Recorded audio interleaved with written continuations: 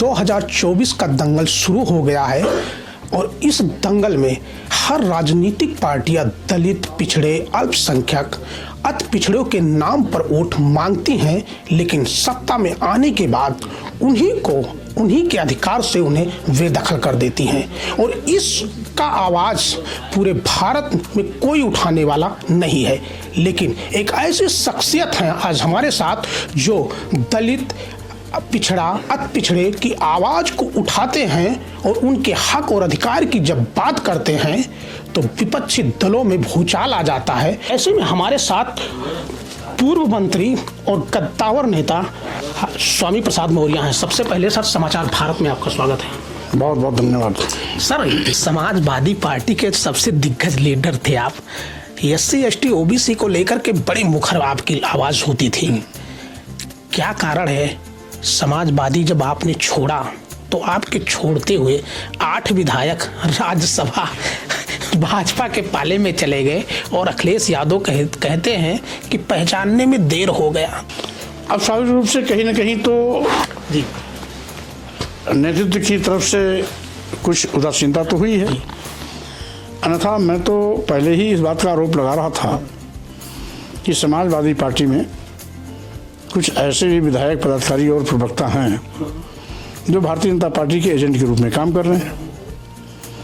यद्यपि नेतृत्व ने हमारी बात को उसमें नहीं स्वीकारा, लेकिन राज्यसभा के मतदान के दिन जो घटनाक्रम घटे, हमारी बात भी सच हो गई और जो भी VP के एजेंट थे वो सब अलग भी हो गए। कहीं ना कहीं अखिलेश यादव जी को ये था कि अगर स्वामी जी की बात अगर हम मान लेते तो आज हमारा राज्यसभा में एक और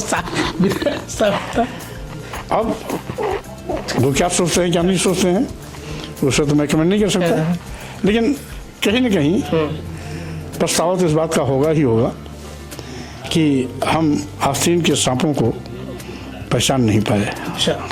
अभी इंडिया गठबंधन है सर। राष्ट्रीय सोशलिस्ट समाज पार्टी हमेशा दलित, पिछड़े, अल्पसंख्यक के सबसे ज़्यादा की बात करती है।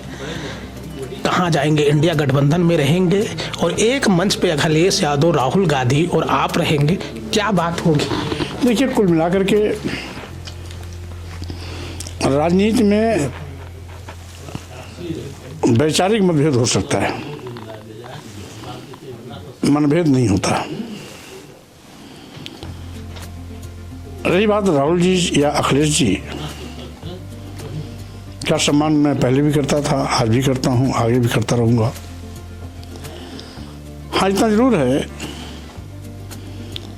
कि मेरी बातों को गंभीरता से नहीं लिया गया, इस बात का मुझे मलाल हुआ और मैंने ताल भी ठोकी, नई पार्टी का गठन भी कर दिया। लेकिन उसके बावजूद क्योंकि जब बड़ा उद्देश्य होता है तो छोटे इंटरेस्ट को अपने आप किल करना पड़ता है। आज देश में बड़े पैमाने पर बेरोजगारी है, करोड़ों नौजवान बेरोजगारी का धन झेल रहा है, सरकारी नौकरियां खत्म हो गई, अनुसूचित जाति, जनजाति, पिछड़ों का आरक्षण खत्म किया जा रहा है, यूँ कहिए कि शून्य और निष्प्रभावी किया जा रहा है।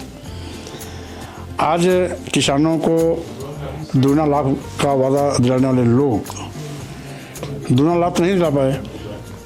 MSP की मांग पर उन पर लाठियाँ भाजी जा रही हैं, रास्ते में कीट कांटे बिछाए जा रहे हैं, ड्रोन द्वारा आंसू गैस छोड़ा जा रहा है, उन पर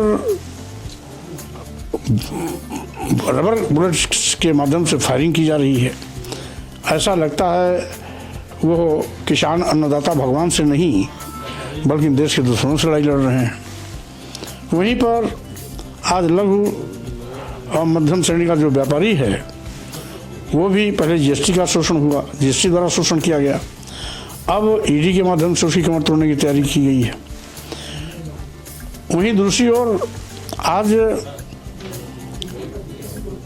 संविधान की अनदेखी की जा रही है।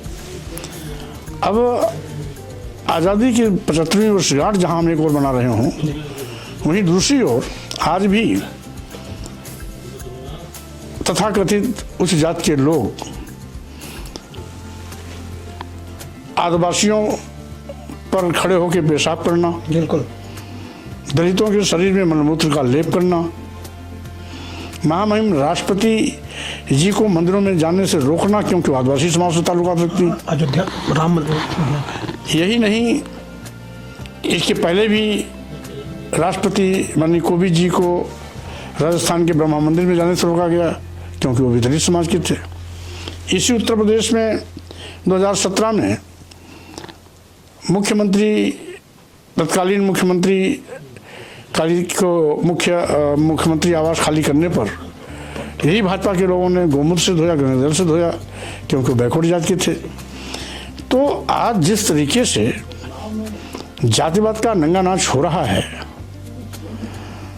मूलभूत समस्याओं पर चर्चा न हो, धर्म और भगवान के नाम पर लोगों के आग में धूल झोंकने की कोशिश की जा रही है।